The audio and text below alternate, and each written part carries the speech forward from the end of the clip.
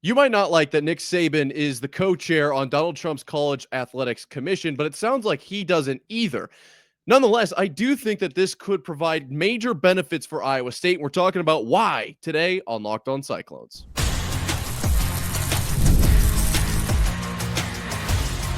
You are Locked On Cyclones, your daily podcast on the Iowa State Cyclones, part of the Locked On Podcast Network, your team every day. Welcome into Locked On Cyclones, part of the Locked On Podcast Network, your team every day. Shout out to you for being here every single day, making this your first watch or listen of the day. I appreciate it more than you know. Whether you're watching on YouTube or listening on your favorite podcasting platform, be sure to hit subscribe so we can prove once and for all that it is, in fact, a Cyclone state. Today, we are talking about Nick Saban and his comments about the College Athletics Commission and why he said a few things that I think really could benefit Iowa State and what that could look like moving forward. Then we're going to talk about the top 100 players in college football that was just put out and how they disrespected Iowa State yet again. Nothing new. We'll get into that in the second segment. Then finally, to round things out on this glorious Friday, we're going to talk about some college football playoffs. What's new? Some more kind of conversations being had, what things could look like, and what actually where like the pros and cons are of all of those options. We'll talk about that in the third segment. But before we get that far, today's episode is brought to you by Game Time. Download the Game Time app, create an account, and use code LOCKEDONCollege for $20 off your first purchase. Okay, let's talk about some Nick Saban here on this Friday episode of Locked On Cyclones. So there was this article that came out, and Nick Saban was basically on the Paul Feinbaum show and had a few comments. And so this article came out talking about him. And there are some that are headliners for sure. And then there was a longer quote later on that I thought was really telling and had a few kind of glimmers of almost hope for Iowa State in there. Obviously, the headliner was that Nick Saban said, quote, "First of all, I don't know a lot about the commission. Secondly, I'm not sure we really need a commission," quote. Okay, so my first thought on that is you don't know a lot about the commission. Isn't that kind of like your job a little? Maybe we should figure out what's going on there. But nonetheless, this quote looks like it was kind of continued by him saying, quote, "I think a lot of people know exactly what the issues are in college football and exactly what we need to do to fix them. The key to the drill is getting people together so we can move it forward." Okay.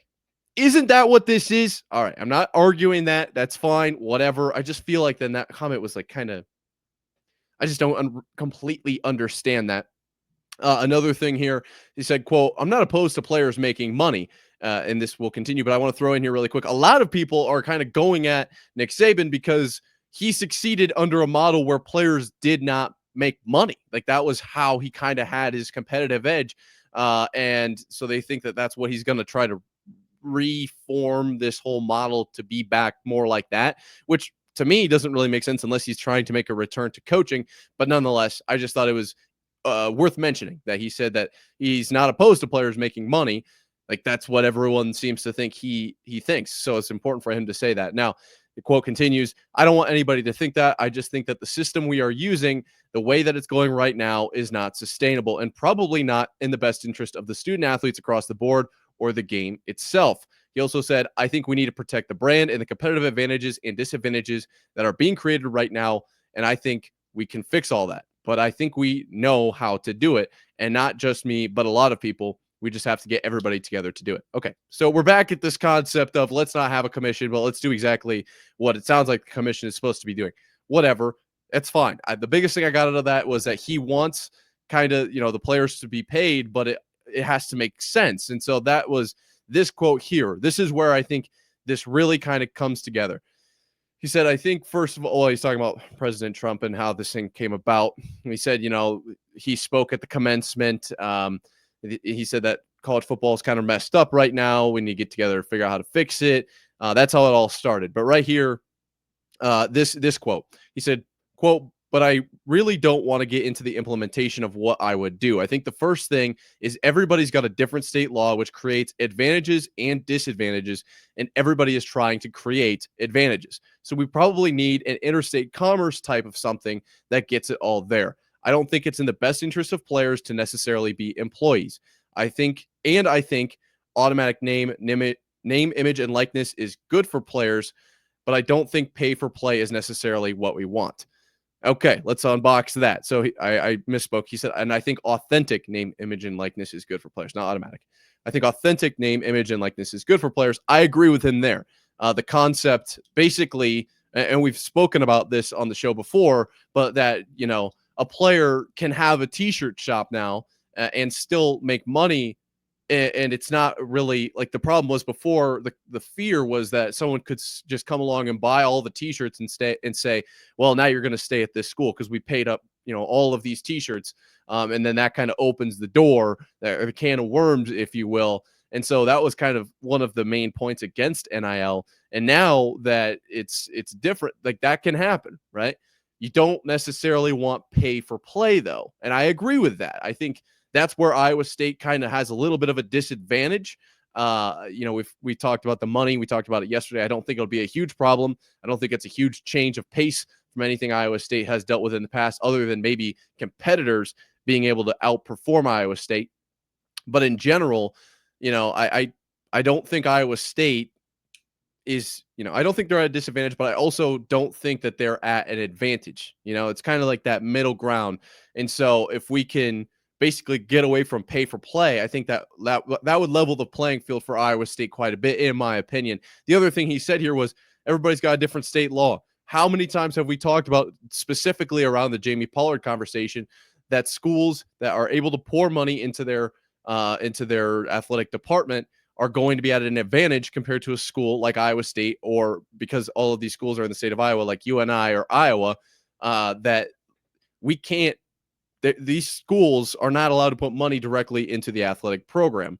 Okay. Now we've talked about Iowa State having a side piece of cash, a little savings account, that it will be okay for Iowa State over the next couple of years. But schools like UNI or Iowa, or even Iowa State, when that reserve runs out, like, what position are you in then? And so if we can somehow level that playing field, as opposed to a school, like Arizona or Arizona State, excuse me, the school that Jimmy Pollard named, $50 million a year going into that athletic program, they're not going to have as many problems. Schools like Virginia Tech, that he quoted, saying that they have like a fee for some students that goes towards the athletic program directly into basically the players' pockets.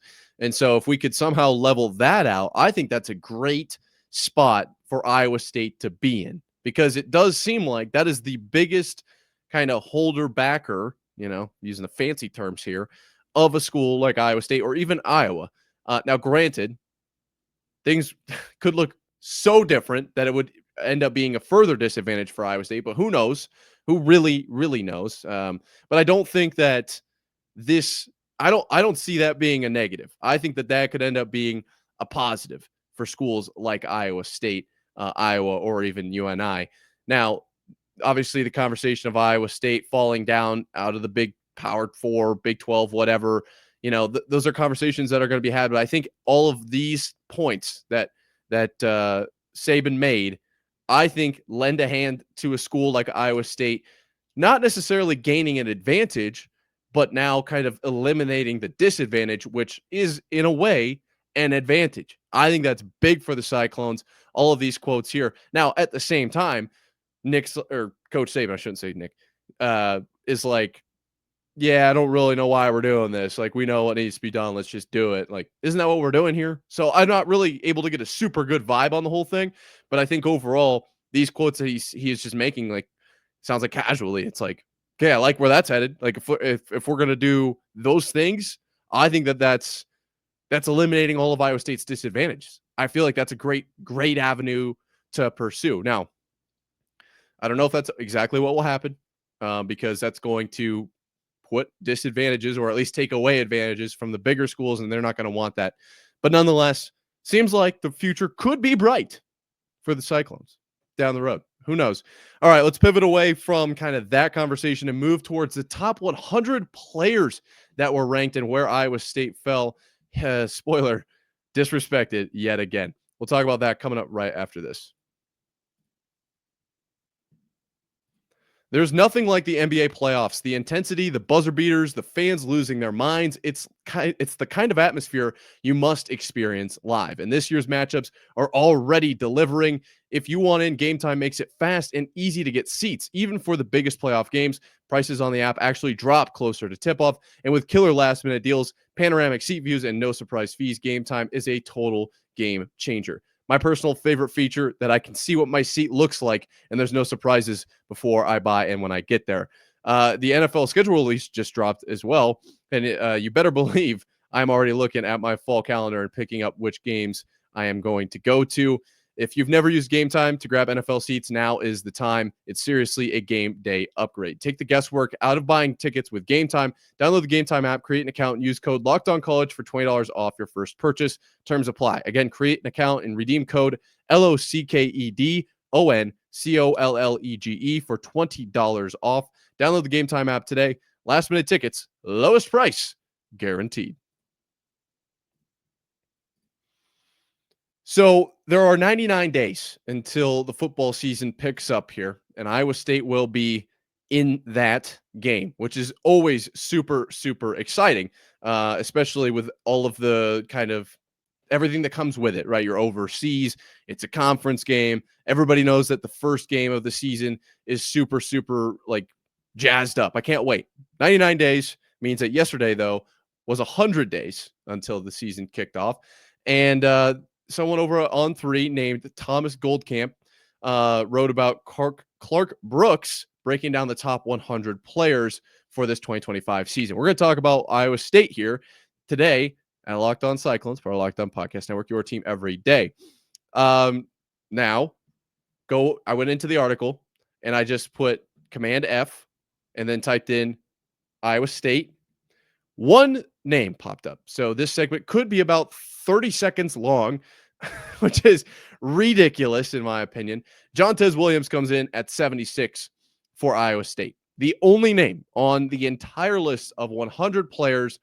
Shout out Jontez. Round of applause. Cornerback, obviously, from Iowa State. We've talked about him a lot this offseason. But we've also talked about a lot of other players. And I saw this. I immediately was like, really? This is how we're going to go about this. I don't think that's necessarily fair by any means. Obviously, the first thing that was beyond shocking to me was no Rocco Becht. I went through, read every single name. I went through with my Command F yet again, searched for ISU, searched for Iowa State, obviously, like I said, searched for QB, quarterback, not on the list. Unless my browser and eyes have failed me, he is not on this list. Now, there are a handful of other quarterbacks, 7 quarterbacks to be exact. And okay, you want to put Rocco Becht at 8? I'm not going to love it, but at least, okay, he's 8th quarterback, whatever. Let it go. Got to be in the top 100. Got to be in the top. Are you kidding me? For real. Legitimate. I couldn't believe it. Now, I imagine a portion of this, and we've talked about this before, is that there is some apprehension to rank Rocco Becht highly because of the now, this is going to sound bad, but lack of production, right? Because you are missing like 2,200 yards from 2 wide receivers, right? No Higgins, no Knoll. What does Rocco Becht do with this new roster? Okay, fine, but I don't think that that's fair to Rocco. I don't think that that's a fair way to go about that at all. Just because he doesn't have his top 2 guys, now he's no good. Like that doesn't add up to me. I thought Rocco was unbelievable, obviously through the air, but who was he passing to when he was running for first downs or running for big gains? Who was receiving the ball there? Oh, nobody. Oh, yeah. Okay. No, yeah, that makes okay. Yeah. So that would, I feel like that would transfer over, me personally. But I guess I'm not the one ranking this list. And if I were, I'd probably just rank the top 100 Iowa State players. Not, yeah, and it would be across the entire NCAA too. It'd be the top players in the NCAA, and every single one of them would be from Iowa State. But that's just how I would do it, you know. Maybe I'd throw in a couple of guys who used to play at Iowa State or something wild.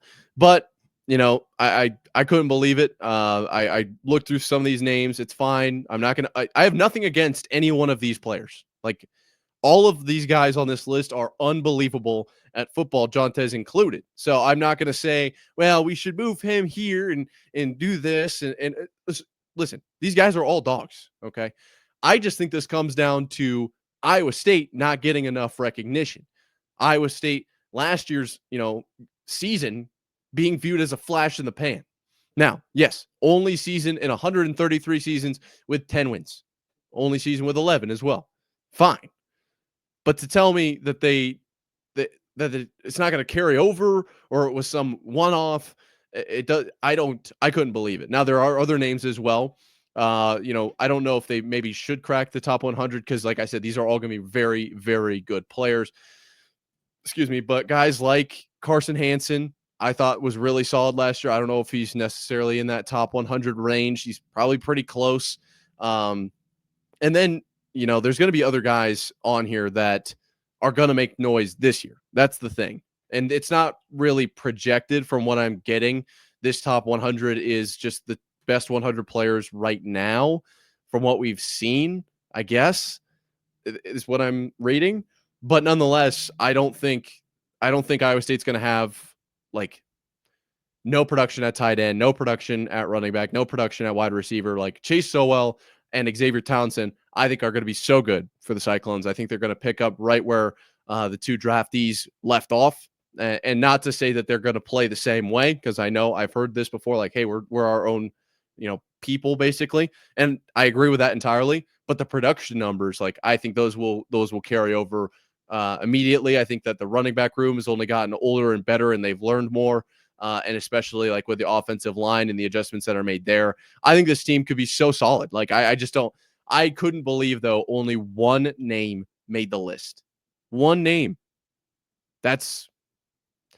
If that's not disrespect, I mean, maybe I'm just too high on this team. Maybe is that the problem here?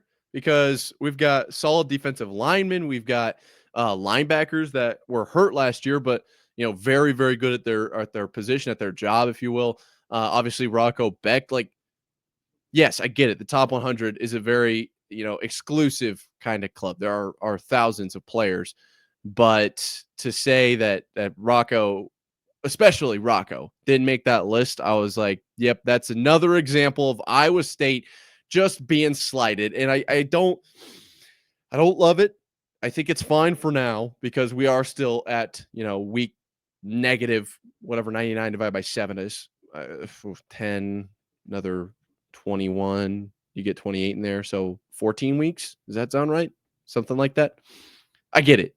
We're still a long ways away, so I'm not too bent out of shape about it. But if this comes around and bites Iowa State when we come to college football playoff time, I'm not going to be a big fan because it's literally just everyone's perception of the university, and that's a problem. If we're producing results and it's Iowa State, you know what Iowa State is. Well, look at them this year. Look at them last year, especially too, because last year was a good year. But that being said, let's talk a little bit more about the college football playoffs because there are some interesting ideas being floated around, and I can't wait to get not only my opinions out, but to hear your guys' as well at Nick_Marv on Twitter. We're talking about it right after this. The days are getting longer. The weather is warming up finally, and some people are spending time outdoors more now than ever, which means it's the perfect time to refresh your outdoor space. Whether you're working with a big backyard, or a small balcony, Wayfair has everything you need to make it feel more like you. Wayfair's massive selection of outdoor essentials makes it easy to transform any space into your ideal summer setup. From comfy conversation sets to sleek dining tables and outdoor decor, they've got it all, and at prices that fit your budget. Whether you're entertaining guests or just relaxing solo, shop Wayfair to help you unwind. Me personally, I love the styles they have. It can really fit whatever I need out there. It's the best. Shop a huge selection of outdoor furniture online this summer. Get outside with Wayfair. Head to wayfair.com right now. That's WAYFAIR.com. Wayfair, every style, every home. So we're talking about the college football playoffs. Are you surprised? I'm not. We're talking about it here at Locked On Cyclones, part of the Locked On Podcast Network, your team every day. One of the hottest topics, pretty much maybe of all time. the college football playoffs are going to be modified. Okay. Now, we know they were modified from 4 to 12, and that was a resounding success for the most part. I mean, there were definitely some things that I think a lot of people had some issues with, but nonetheless, it wasn't a complete dumpster fire, and you knew we were going to move to 16. Also, there was an element of once you went to 12, you weren't going back to 4, probably, just with the trajectory that football is on and college athletics as a whole. Now, we gotta preface this whole thing by saying that the Big Ten and the SEC are deciding all of this, which is wild, but it is the world that we're living in. And a lot of this comes down to the amount of automatic qualifiers. The Big Ten and the SEC both want 4. And then, the Big 12 and the ACC could get 2 is kind of what we're looking at. Then maybe, a couple other like smaller, like a G5 maybe, and then some at-large ones in there as well. It does sound like from this article from Ross Dellinger that we are going to be moving to 16, not to 14, as we have kind of previously talked about. It does sound like it will be 16, which I guess I don't really have a feeling either way on 14 or 16, just at this time. I don't know exactly what the pros and cons to both would be. There are going to be some question marks with play-ins, which we'll talk about here in a minute. Obviously automatic qualifiers when you have 16 teams, how many are automatics, and the bye structure, and what does the actual schedule look like as far as going up against NFL games and things of that nature. Those are all going to be questions that have to be answered, but I don't know if necessarily right now I have a leaning one way or the other. But I will say there is one athletic director who is unnamed in this article that says no one likes it, at least what we're looking at right now. And I would have to agree. I don't think that the 4 bids for the SEC and the Big Ten is fair. I don't think that that's fair at all. And if you want to make the argument that, because we've seen these stats that like over the last how many years, what percentage of teams or what average number of teams in the Big Ten and the SEC and the Big 12 and the ACC are like tournament caliber, like based on record or standings or all this. And it did come down to right around 4-4 and 2-2. Like, okay, that's fine. But there was something at the end here of this article that I thought was really, really interesting. This is SMU head coach Rhett Lashley said that if we guaranteed spots based on the past, just look at basketball the last 5 years. 6 years ago or so, the SEC gets 3 or 4 teams in, and now this year they get a record. But if this year's NCAA tournament was predicted on 5 years ago, 10 of their schools would have been left out. It's kind of hard to limit the future based on the past. And I think that's the best way anyone probably could have put it. Shout out Coach Lashley there, because really, what you're doing is you are bottlenecking the entire system in a way, right? If you're saying, okay, there are going to be 4 Big Ten, there are going to be 4 SEC, there is going to be 2 Big 12, 2 ACC, Notre Dame if they're in the top 16, the little tune we were throwing around for was 4-4-2-2 1+1+1 or 1-1-1, I think is what it was, 4-4-2-2 1-1-1. And so then you've got a couple other automatic qualifiers in there or whatever. Okay, if that's what we're running with, there are going to be years where the SEC has, according to anyone who's associated with the SEC, they're going to have 14 teams that are tournament quality. But realistically, they might have 6 or 7 that are like really, really, really good. And the Big Ten has 1. Well, what happens then? Because these schools at the bottom of this SEC 7-team, 8-team, whatever, that are really good, you're going to miss out on half of your tournament teams. And the Big Ten, well, there's going to be 3 stinkers in there. And that's only catering to the 2 leagues that seem to think this is their whole thing. Like, eventually it's just going to be the Big Ten and the SEC and then everyone else. And so to look at it from like the Big 12's perspective, yeah, there might be years where there's only 1 tournament caliber team coming out of the Big 12, just like there could be years where there's really only 1 tournament caliber team coming out of maybe the Big 10. I don't know if the SEC is ever going to see that down of a year, but nonetheless, they might. And so there are years where Iowa State might be the only team coming out of the Big 12 that is capable of either making the college football playoffs or winning it all. But there are going to be years where the Big 12 has maybe 4 teams that are just really good. And I thought last year there was probably 4, with Iowa State being a little borderline, Colorado being a little borderline, but BYU and Arizona State I thought were really solid. I thought BYU should have been in probably, but it was just the case of the Big 12 being kind of disrespected, and it's part of the game right now, which I don't love. But you got maybe a year where Iowa State and let's just say Baylor are in the Big 12 title game, and the final score is 104 to 101, two just absolutely dynamic offenses. Now, I understand there'd be no defense in this game, but this is an entirely hypothetical scenario. And then you've got, the teams at 3 and 4 in the conference that are, I don't even know if this could be possible. I'm just spitballing here. They're all both 1-loss teams. Okay. And they've won every game that they've won by 30, and they lost their only game by like 4 or whatever it is. It was a 1-score game. That's one that, like, that type of situation, then who doesn't get in, And yeah, I know it doesn't make any sense. Okay. Then you say, well, neither of the teams that score 100 should be in because their defense is so terrible. Yeah. Well, they also scored 100 points in football in this scenario. So, like, then do you just leave out 2 teams that are 1-loss teams, or do you leave out like one of, the loser of the championship because they have more losses because they played an extra game? How does that go about? Same thing can happen in the ACC. And then the Big Ten and the SEC are like, well, we've got our 4 automatics, and 3 of these are really good. 3 of these teams are solid. But this last team, yeah, they're not probably going to make it very far. Like, that's not a situation you want to find yourself in. So I don't understand this concept of 4 and 4 from the SEC. And then that alone is just wild. But then